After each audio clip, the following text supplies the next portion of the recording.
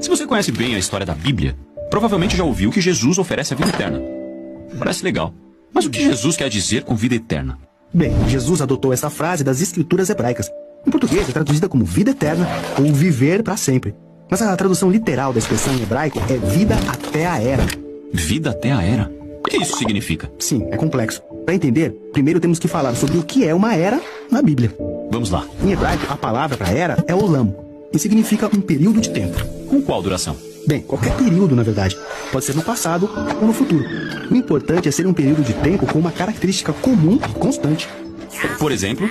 Como a era de Abraão e seus descendentes, chegando até Moisés. A característica em comum é ser o período dos ancestrais de Moisés. Então Moisés pode dizer: lembre-se dos dias da era, os anos dos anciãos e gerações anteriores. Certo.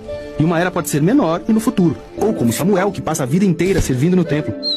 Em sua consagração, sua mãe, Ana, chama isso de uma era. Então uma era é um período de tempo com uma característica única e constante. Exatamente. E há vários tipos de era, dependendo da sua perspectiva. Você entendeu? Então alguém poderia viver em duas eras ao mesmo tempo, se essas eras se sobrepõem. Ok. Então voltando à expressão vida até a era. De qual era falamos? No início da história bíblica, os humanos são feitos do pó da terra. Essa é uma imagem bíblica comum para criaturas mortais. Ou seja, eles vivem em um período em que eles poderiam morrer. Mas Deus coloca a humanidade em um jardim sagrado e os convida a experimentar um tipo de vida novo e mais profundo. Comendo da árvore da vida. Sim, nos oferece a vida até a era. Uma vida de potencial infinito, porque os conecta à própria vida de Deus. Mas em vez de aceitarem a vida até a era, eles comem da árvore do conhecimento do bem e do mal. Certo. Comer dessa árvore significa tomar a vida para si em seus próprios termos, à parte da sabedoria de Deus. Então, eles são exilados da vida até a era. E vão para a era da morte. Eles se maltratam, fazem o que acham certo aos seus olhos. E tudo fica bem violento. Exatamente. Então o resto da história da Bíblia pode ser visto como uma escolha entre duas eras diferentes. A era da vida por conta própria, que leva à morte, ou a era da própria vida de Deus. E mesmo a humanidade rejeitando a vida de Deus, ele promete abrir o caminho de volta. Exatamente. É essa promessa que faz a história chegar até Jesus.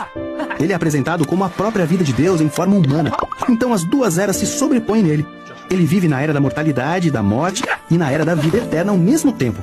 Então ele pode oferecer às pessoas acesso à vida até a era. Certo, é como Jesus diz no Evangelho de João.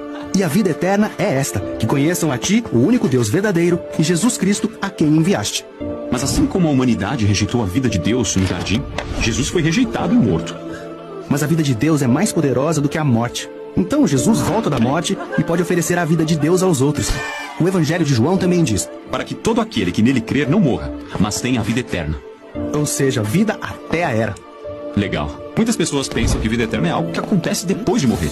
Mas na Bíblia, o acesso a essa era é algo que podemos ter agora. Sim, lembre que Jesus era o lugar onde a era da vida de Deus e a era da morte se encontram. Ou seja, quando as pessoas confiam nele, elas podem experimentar a vida eterna aqui e agora. Mas também vivemos na era da morte. Então, o que acontece quando eu morro?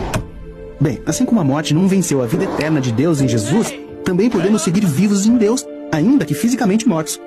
Na Bíblia, isso é chamado de estar com Cristo. E não se fala muito disso, pois não é assim que a história geral da Bíblia termina.